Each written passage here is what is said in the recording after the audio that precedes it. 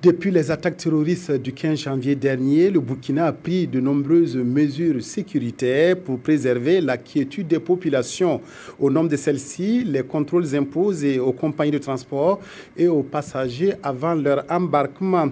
Un dispositif respecté dans toutes les gares et sur les routes, comme le montre ce reportage de Bernard Combelem et Jean-Clément Sommet.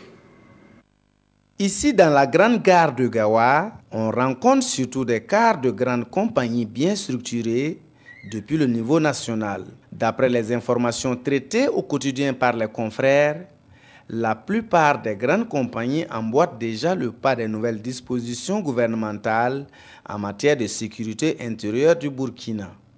À cette catégorie, il faut ajouter celle des petits transporteurs exerçant dans l'informel et associés également dans le nouveau dispositif sécuritaire.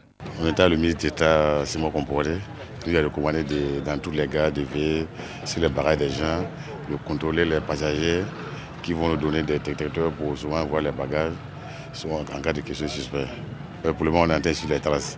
On vérifie tout ce qui se passe. Tous les bagages sont contrôlés. La personne, même moralement, elle est vue. On fait tout possible pour mettre la sécurité des Burkinabés. Dans tous les jours, il y a des brebis galets.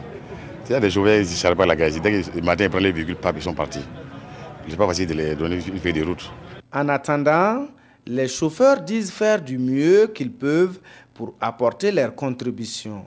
Si on arrive sur la zone de contrôle, bon, ils nous demandent, on ne doit pas prendre les gens sans pièces. Mais nous, en tout cas, on ne peut pas demander les pièces chez les passagers avant de les prendre. Ça, c'est un peu difficile pour nous. Voilà. Bien sûr, on voit quelqu'un qui n'est pas clair aussi, on peut signaler. En tout cas, moi, personnellement, si quelqu'un m'arrête en plein bruit comme ça, moi, je ne m'arrête pas. C'est une gare, nous on prend des passagers. Bon, moi, mon décollage comme ça, si je gagne 3 personnes, je me lève, sur la route, je commence à prendre un peu. Nous, en tout cas, franchement, on prend beaucoup de gens. Mais en rentrant dans le camion, nous, on ne peut pas savoir s'ils n'ont pas de pièces ou bien ce ne sont pas des bons gens. N'empêche, du côté des forces de sécurité et de défense, l'on veille au grain. Le contrôle routier est intensifié conformément à l'organisation de chaque unité, mais l'objectif reste le même, l'interpellation de tout suspect, et cela passe par un contrôle minutieux des documents du véhicule, des passagers et leurs bagages. Cette rigueur dans le contrôle s'applique jusqu'au poste de contrôle frontalier que nous avons visité. Malgré le peu d'affluence au moment de notre passage, le mot d'ordre est appliqué. Une application qui ne laisse pas les usagers de la route indifférents. C'est arrivé à la police, donc ils ont fait un contrôle.